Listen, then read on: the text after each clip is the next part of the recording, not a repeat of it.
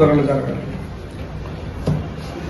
గత 40 సంవత్సరాలుగా ఈ శ్రీకాకుళం జిల్లా పలాస నియోజకవర్గ ప్రాంతంలో ముఖ్యంగా జీడి రైతులు వాళ్ళ జీడి పంటకి గిట్టుబాటు ధర ప్రభుత్వం కొనుగోలు చేసుకోవాలి, అలాగే ఇక్కడ బోర్డు కావాలని చెప్పి ప్రజాతంత్ర శక్తులన్నీ కూడా వామపక్ష పార్టీలు అలాగే మిగిలిన ప్రజా సంఘాలు 40 సంవత్సరాలుగా ఇక్కడ పోరాటం చేస్తున్నప్పటికీ ఈ రోజు వరకు కూడా ప్రభుత్వం జీడి రైతులను పట్టించుకోవట్లేదనే చెప్పుకోవాలి. వారికి స్వచ్ఛమైనటువంటి ఖచ్చితమైనటువంటి పంటకి గిట్టుబాటు ధర అందించట్లేదు, అలాగే ప్రభుత్వం ఎటువంటి సహాయ సహకారాలు అందించట్లేదు. గత 10 సంవత్సరాలుగా ఇక్కడ రామ్మోహన్ నాయుడు గారు ఎంపీగా ఉన్నారు. గత 5 సంవత్సరాలు వాళ్ళే పాలనలో ఉన్నారు. ఇప్పుడు అపోజిషన్ లో ఉన్నప్పటికీ కూడా ఆయన పార్లమెంట్ లో ఆయన వాణి వినిపించొచ్చు గాని మొన్న వ్యాపారుల వైపే మాట్లాడుతున్నారు. ఈసారైనా ఇప్పుడు నిన్నటి నుండి సెషన్స్ నడుస్తున్నాయి, పార్లమెంట్ సెషన్స్.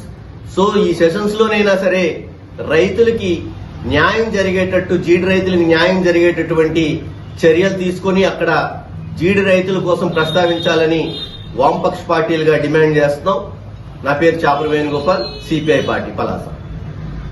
వామపక్ష పార్టీల సమన్వయంతో ఉద్దానంలో జీడి పంట ప్రధాన వనరు అది. ఎందుకంటే దాని మీద ప్రత్యక్షంగా పరోక్షంగా లక్షల మంది ఆధారపడి బతుకుతా ఉన్నారు. కాబట్టి వీటికి పర్మనెంట్ సొల్యూషన్ కల్పించకుండా గతంలో 10 సంవత్సరాలు పరిపాలన చేసినటువంటి తెలుగుదేశం పార్టీ కానీ, నేడు 5 సంవత్సరాలు పరిపాలన చేసినటువంటి వైసీపీ కానీ, అలాగే పార్లమెంట్ లో ఉన్నటువంటి కింజరాపు రామ్మోహన్ రెడ్డి కూడా గత 10 సంవత్సరాల నుంచి కూడా ఆయన ఎంపీగా ఉన్నాడు. దానికి సొల్యూషన్ దొరకకుండా వీళ్ళు అంటే పాలకులు ప్రత్యర్థులు వీళ్ళు మాట్లాడి కూడా తప్ప పర్మనెంట్ సోర్సెస్ పూర్తిగా కనపడడం కూడా చేస్తూ ఉన్నారు. ఎందుకంటే ఇది పార్లమెంట్ లో చట్టం తేవాలి. పార్లమెంట్ చట్టం తేవాలంటే పార్లమెంట్ లో దీన్ని గొంతు తెప్పాలి. పార్లమెంట్ గొంతు తెప్పాలన్నప్పుడు ఈ జిల్లాలో రిప్రజెంట్ చేస్తున్నటువంటి రాంబారెడ్డి ఖచ్చితంగా దీని మీద చట్టం తెచ్చొచ్చేందుకు అక్కడ క్వశ్చన్ చేయాలి, ప్రశ్నించాలి మొత్తం పార్లమెంట్ లోనే. కానీ అక్కడ అయితేనే తప్ప ఇక్కడ చట్టం రావడానికి అవకాశం లేదు. కాబట్టి మేము డిమాండ్ ఏంటంటే ఖచ్చితంగా ఇక్కడ జీడి కంపెనీ పరిశోధన కేంద్రాలు ఏర్పాటు చేయాలి. కార్పొరేషన్ ఖచ్చితంగా రావాల్సిన అవసరం ఉంది. మినిమం ఎంఎస్పీ రేట్ అనేది ఖచ్చితంగా రావాలి. దీనికి ఏదైతే ఇక్కడ లోకల్ గా పలాస సాగు ఖచ్చితంగా ఏదైతే ఇప్పుడున్న పరిపాలన చేస్తున్నటువంటి వైసీపీ కానీ టీడీపీ వాళ్ళని ఖచ్చితంగా వాళ్ళు నిధులిస్తారు, డబ్బులు ఇస్తారు, ఖచ్చితంగా వాళ్ళ పక్షాన్ని ఉంటున్నారు. కాబట్టి సామాన్యుల పక్షాన్ని వీళ్ళు ఉండాలి. ఒక చట్టం వీళ్ళకి అవసరం లేదు. ఈ ఎలక్షన్ లో వీళ్ళు ఇచ్చిన డబ్బులు కక్కుతూ పడి రైతులు పెట్టుబడిదారుల పక్షాన్ని నిలబడుతున్నారు తప్ప రైతుల పక్షం ఏ కోసం లేదని చెప్పి ఖచ్చితంగా డిమాండ్ చేస్తున్నాం. ఎక్కడైనా ఇప్పటికే దశల వారీగా మేము ఉద్యమాలు చేసుకుంటూ వస్తున్నాం. ఖచ్చితంగా రైతు భరోసా కేంద్రం ద్వారా పిక్కలు కొనుగోలు చేయాలి. ఖచ్చితంగా 20 కేజీల బస్తా 16,000 రూపాయలు ఇచ్చి తీరాలి. అది లేని ఎలా ఖచ్చితంగా వామపక్ష పార్టీగా ఖచ్చితంగా మేము ఈ ఉద్యమం తీవ్రతరం చేస్తామని డిమాండ్ చేస్తున్నాం. ఎందుకంటే ఇప్పటికే క్యాజువల్ సీజన్ స్టార్ట్ అయింది. ఇప్పటికే పిచికారి మందులు కావాలా, వారికి సబ్సిడీ మీద పిచికారి మందులు కూడా ఇవ్వాల్సిన అవసరం ఉంది. కాబట్టి గవర్నమెంట్ అనేది ఖచ్చితంగా దీని మీద దృష్టి పెట్టాలా. పెట్టకపోతే ఖచ్చితంగా రాబోయే ఎలక్షన్ లో కనుక వామపక్షాలు మేము ఖచ్చితంగా మీ పైన ఉద్యమాలు చేపడతామని చెప్పి డిమాండ్ చేస్తూ నా పేరు మధ్య రామారావు, అఖిల భారత కిసాన్ మహాసభ జిల్లా కన్వీనర్. తూర్పు తీరంలో ఈ ఇసుక తిన్నెలపై జీడి పంట అనేది 16వ శతాబ్దం నుంచే ప్రవేశించినప్పటికీ దీనికి మార్కెట్ తీసుకురావడంలో పలాస ఒక ప్రత్యేకమైనటువంటి పాత్ర పోషించింది. దీంట్లో మా కామ్రేడ్స్ చెప్పినట్టు ప్రత్యక్షంగా పరోక్షంగా లక్షల మంది ఈరోజు జీవనాధారం దీనిపైన ఆధారపడి ఉంది. అయినప్పటికీ ప్రభుత్వాల నిర్లక్ష్యం ఎక్కడ కనబడుతుందంటే ఈనాటి పరిస్థితుల్లో మహారాష్ట్రలో ఒక ఎకరాకి సుమారుగా 8 బస్తాలు దిగుబడి సాధిస్తుంటే ఆంధ్రప్రదేశ్లో 43,000 హెక్టార్లలో ఉన్నటువంటి ఈ పంట సుమారుగా ఎకరాకి 3 బస్తాలు మాత్రమే దిగుబడి సాధిస్తుంది. అంటే ఎన్ని చెప్పుకున్నప్పటికీ ప్రభుత్వాలు ఈ హార్టికల్చర్ డిపార్ట్మెంట్ తరపు నుంచి దీనికి సేవలు అంతంత మాత్రమే అని స్పష్టంగా మనకు అర్థమవుతుంది. గణాంకాలు తెలియజేస్తున్నాయి. ఇదొక విషయం.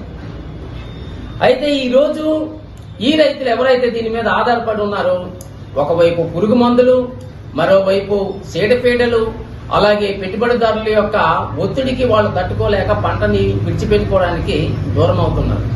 ఇన్ని ఇబ్బందుల నుంచి ఎదుర్కొని రైతు నిలబడాలంటే ప్రభుత్వ పరమైనటువంటి బాధ్యత తప్పనిసరిగా ఇక్కడ అవసరం.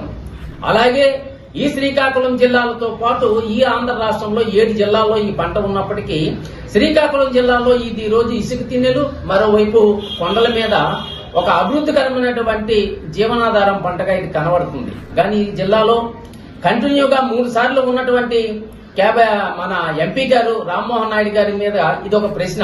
ఎందుకంటే ఇది నూతన ఆర్థిక విధానాలు దేశంలో ప్రవేశించిన తర్వాతను దీని గిట్టుబాటు ధర గాని, కొనుగోలు కేంద్రాలు గాని, అలాగే ఇతర దేశాల నుంచి ఏదైతే పిక్కలు దిగుబడి అవుతున్నాయో ఏ సమయంలో దీన్ని దిగుబడి తేవాలి, లేకుంటే ఎక్స్పోర్ట్ ఇంపోర్ట్ కు సంబంధించినటువంటి సమస్య ఎప్పుడు అవసరం లేదు అనేది స్పష్టంగా ఆయన దృక్పథంలో ఉండాలి.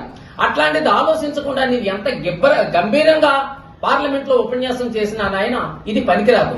కాబట్టి ఇప్పటికైనా సరే ఇప్పుడు ఏదైతే పార్లమెంట్ లో కేబినెట్ సమావేశాలు జరుగుతున్నాయో దీన్ని దృష్టిలో పెట్టుకుని నువ్వు ఖచ్చితంగా దీన్ని ప్రశ్నించి ఈ జీడి పంటకి గిట్టుబాటు ధర కోసం ఆంధ్రప్రదేశ్ లో ఏర్పాటు చేయాల్సిందిగా వైఎస్ఆర్సీపీ గవర్నమెంట్ కి మేము డిమాండ్ చేస్తున్నాం. అలాగే ఒక జీడి విజ్ఞాన కేంద్రం అని ఎన్నోసార్లు విన్నాం, లేకుండా పోయింది. అలాగే దీని కొనుగోలు కేంద్రాలు, ప్రభుత్వ పరమైనటువంటి బాధ్యత ఏమిటి అని ఒక సూటి ప్రశ్న ఈ రోజు ఉంది. ఇలాగ ఉద్యమాలు చేసుకుంటూ పోతున్నారు ప్రజలు. ఇది ఎలక్షన్ టైంలో వాళ్ళు ఉపయోగించుకుంటున్నారు. ఇది ఖచ్చితంగా కాదు. ఒక పరిష్కార మార్గం కావాలి అని మేము వామపక్షాల నుంచి పెద్ద ఎత్తున డిమాండ్ చేస్తున్నాం.